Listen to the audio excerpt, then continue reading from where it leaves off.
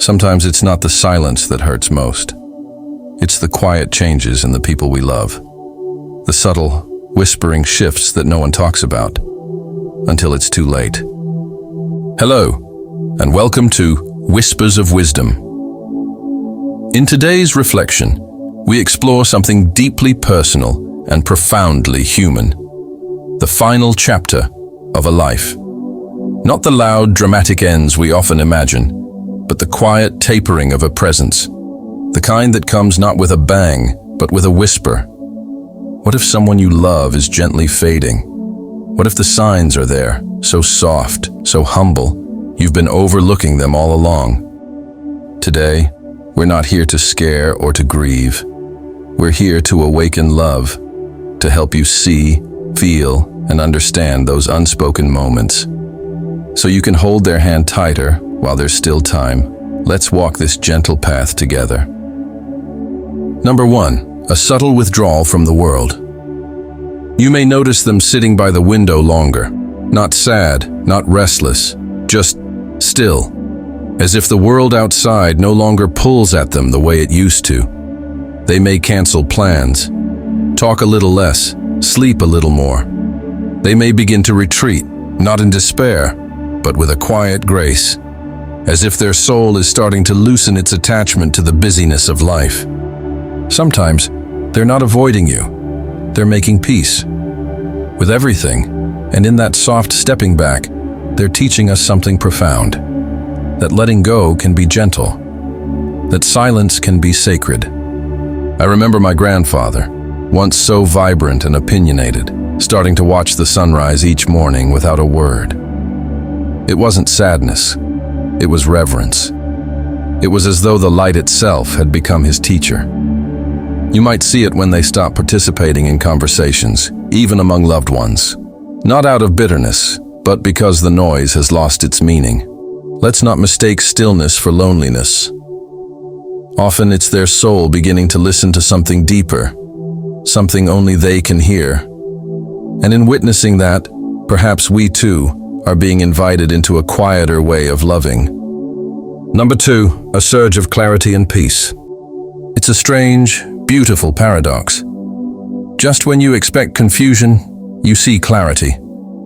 They begin to speak of old memories with fresh detail. They forgive more easily. They let go of grudges they once held tight.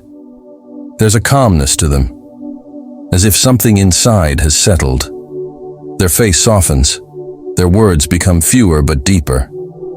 They may tell you out of the blue, everything's going to be okay.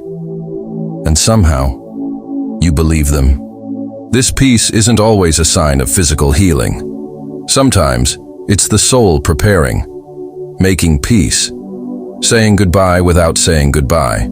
I remember one woman whose father, bedridden and frail, suddenly looked into her eyes and whispered, "You've done enough. I'm proud of you." She hadn't asked for reassurance, but he gave it anyway, as if his heart had been saving it for that moment. Some call it a final burst of energy. Some say it's grace.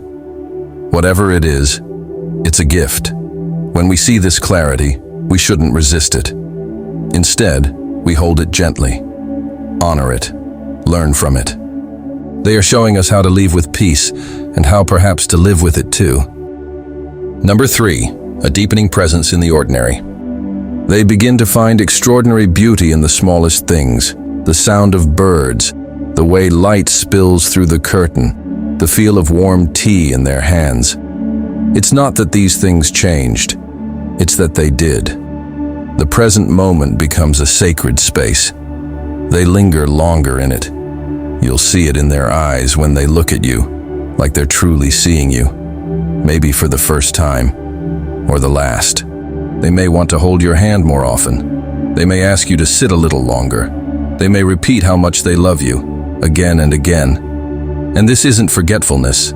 It's a kind of knowing that the moment is precious, that the words deserve repeating, that love, real love, should never go unsaid.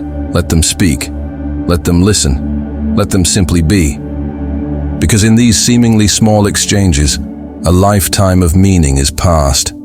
I once watched a mother, frail and near the end, stroke her daughter's hair while saying, "You always had the softest curls." It was a sentence wrapped in decades of devotion. The present moment is their home now, and maybe it should become ours too. Number 4, subtle changes in their physical rhythms. Their appetite softens. They eat less, and often more selectively. Sleep becomes deeper, but also more fragmented. They tire more easily, and their body moves slower, as if it's returning to the pace of the earth. There may be sudden weight loss, a dimming in the eyes, but still, they smile. Still, they say thank you. These aren't always signs of illness. Sometimes, they're signs of nature quietly preparing its return. Not out of failure, but fulfillment. It's not about fear, it's about acceptance. And that's one of the hardest, most beautiful things to witness. Some even begin to speak in whispers, or move with the softness of falling leaves. Their very presence feels lighter, more translucent. Touch becomes more important than words. A hug lasts longer. A brush of the hand says what whole paragraphs can't. If they let you help with daily tasks, do so gently. It's not about efficiency, it's about dignity. Every step, every moment, let it be a ritual of love. We tend to focus on what's fading, but sometimes what remains is even more precious. Number 5, an unspoken readiness. You might hear them say strange things. "I saw my mother in a dream." "I feel like I'm going somewhere soon." "I just want to go home." Not always literally. Often it's their soul's way of whispering, "I'm ready." They may want to clean up old messes, reconnect with long-lost friends, tie loose ends, or they may simply want to be surrounded by love. Pure, uncomplicated, quiet love. And it's in these moments that your presence matters most. Not your words, not your advice, just your hand on theirs, just your heart beside them. You may notice them preparing things, writing letters, giving away items with sentimental meaning, telling stories they never shared before.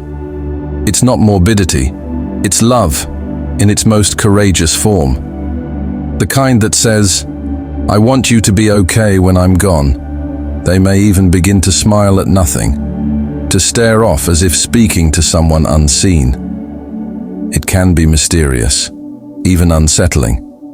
But sometimes it's grace making its quiet descent. Trust their journey. Be present for their gentle steps. They are walking towards something we cannot yet see, but they are not alone. So what do we do now that we see? We stop waiting. We stop assuming there's always more time. We call more often. We visit without a reason. We say, "I love you," every chance we get, because life doesn't always give us a grand finale. Sometimes it just slowly fades to stillness. But in that stillness, there's beauty, there's grace. And if we listen closely, we'll hear their final gift, a whisper of wisdom, saying, "Be present, be gentle, and above all, be love." And maybe that's the secret all along. That life isn't about how long we have, but how deeply we love while we're here. So hold them close. Listen with your whole heart. Let your presence be their comfort. Because someday, you will look back on these final days, and they will become your most sacred memories. If someone you love is aging, or you've noticed these signs in someone close to you, take a moment today, pick up the phone, write that letter, hold their hand without rushing it, because one day, it won't be about what you did together, but how deeply you loved them while you could. Thank you for sharing this quiet moment with us at Whispers of Wisdom. If this video touched your heart, consider subscribing and sharing it with someone who may need this gentle reminder. Until next time, be kind, be still, and keep listening to the whispers of wisdom around you.